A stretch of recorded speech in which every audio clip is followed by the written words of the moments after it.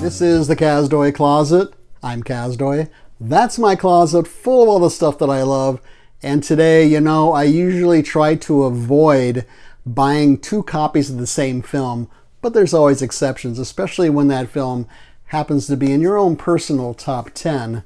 And today we're talking about what some people have called the definitive film noir.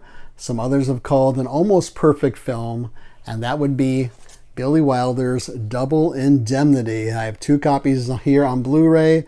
This is the Criterion Collection version. This is a much older Universal disc. They both have very different extra features on them.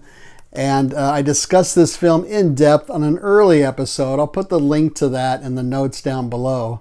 But today we're not going to talk about this film really. We're going to talk about a new book devoted entirely to Double Indemnity. Let's check it out. The book we're looking at today is called The Moment They Met, It Was Murder, The Rise and Fall of Film Noir. It has a list price of $30. It's about 340 pages long, several black and white photos throughout. The writers here are Elaine Silver and James Urserny. They've written several books about films, including this one here, which I do recommend, the Film Noir. We kind of call it the Film Noir Encyclopedia, but it's really not the name of it, but that's basically what it is. It's a reference book, a rather thick one, and very, very valuable. And I did, actually, there's a link to an episode I did a long time ago called my top 3 film noir books, and I'll put the link in the notes down below. You might want to check that out. But this book is broken down into 7 parts. Part 1 is about the roots of true crime stories. Part 2 is mainly about James Cain, the novelist, who wrote the source material for this book and for Mildred Pierce and The Postman Always Rings Twice. Part 3 is about Raymond Chandler, of course the famous crime novelist who co-wrote the screenplay with Part 4, Billy Wilder, of course, the director. And Part 5 is them working on the script, working it out. There are a couple pages which have a side-by-side comparison of the first draft and then the final draft. I would have loved to have seen more of that. I would like to see just a book of the annotated script of this because the writing is so strong. And also in Chapter 5, there is a lot about how they battled the censors and the production code to get this thing made because it was pretty salacious stuff. And even having to deal with what Barbara Stanwyck's wardrobe was in here so that it wasn't too suggestive or too revealing. Part 6 is about the film's legacy, its place in history, its influence on other films. There are various interpretations of the film. Some are scholarly. There's even some feminist takes on the film. Part 7 is about the press's reaction once they saw the film screened.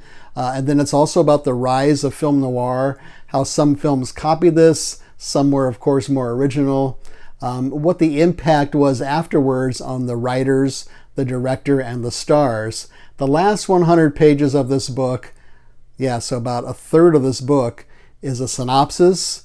It's which previous films and film movements influenced film noir, and then there's a bibliography, rather extensive footnotes, and an index.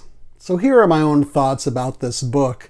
I've determined after reading this, I think I'd rather read film books that are about a director's entire works or about a genre instead of a book about just one film. And the reason for that is it gets into too many minuscule details that I really don't care about. I'd rather learn about more things than just that one film.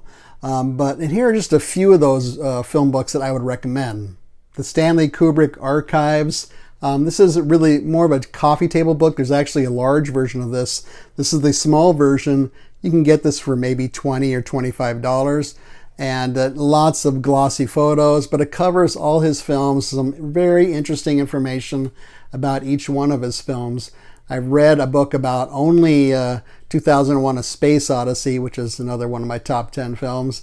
And that again got too much into the weeds for me. So I would like an overview better. So I like this one. This is a Taschen film, if you're familiar with that publishing house.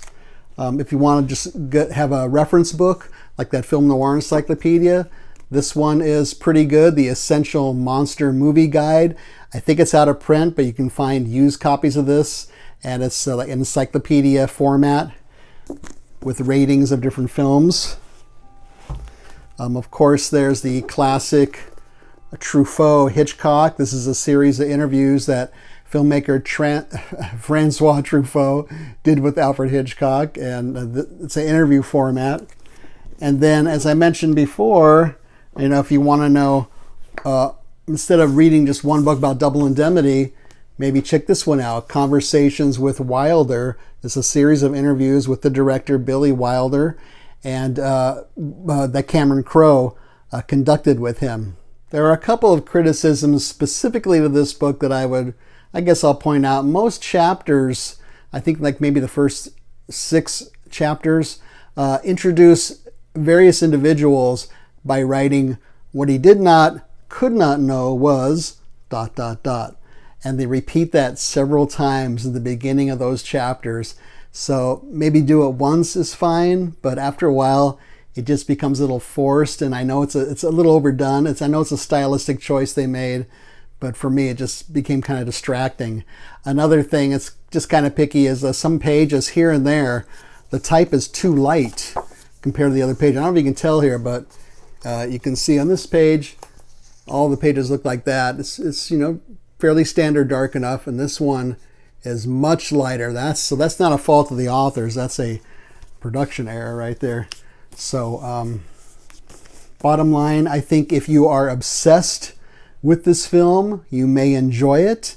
Otherwise, I think you might be better off with one of those other films that I showed you before, especially the one about Wilder, Conversations with Wilder. So the library is a good resource. If you don't want to buy that book, they might have it available there. As well as the film. I don't see the film streaming anywhere right now, but it's been around so long that your local library might have it for you. So that's it for this book. Leave a comment down below or a suggestion. Are there any film books that you particularly recommend? I have about 24 of them sitting on my shelf over here, maybe 36 of various types. So anything you might want to recommend and share with us would be appreciated. Leave a thumbs up. Don't leave a thumbs down. Subscribe would be great. Share this with your friends and neighbors. Subscribing is free. Also free, we're on Letterboxd under the Kazdoy Closet. There's a link down below in the notes. That's where we leave brief written reviews of other things we're watching. Most recently, we watched Milk and Cereal, In a Violent Nature, and Civil War. So check that out. What's not free is my ebook is available, True Tales from the Teacher Trenches of the Ups and Downs of 32 years of teaching high school English. It's available through Amazon.com. It's for the Kindle, or you can use the Kindle app on any device you want, and it's going to set you back for the enormous price of $1.99. So check that out. Thanks so much for watching this episode. See you next time.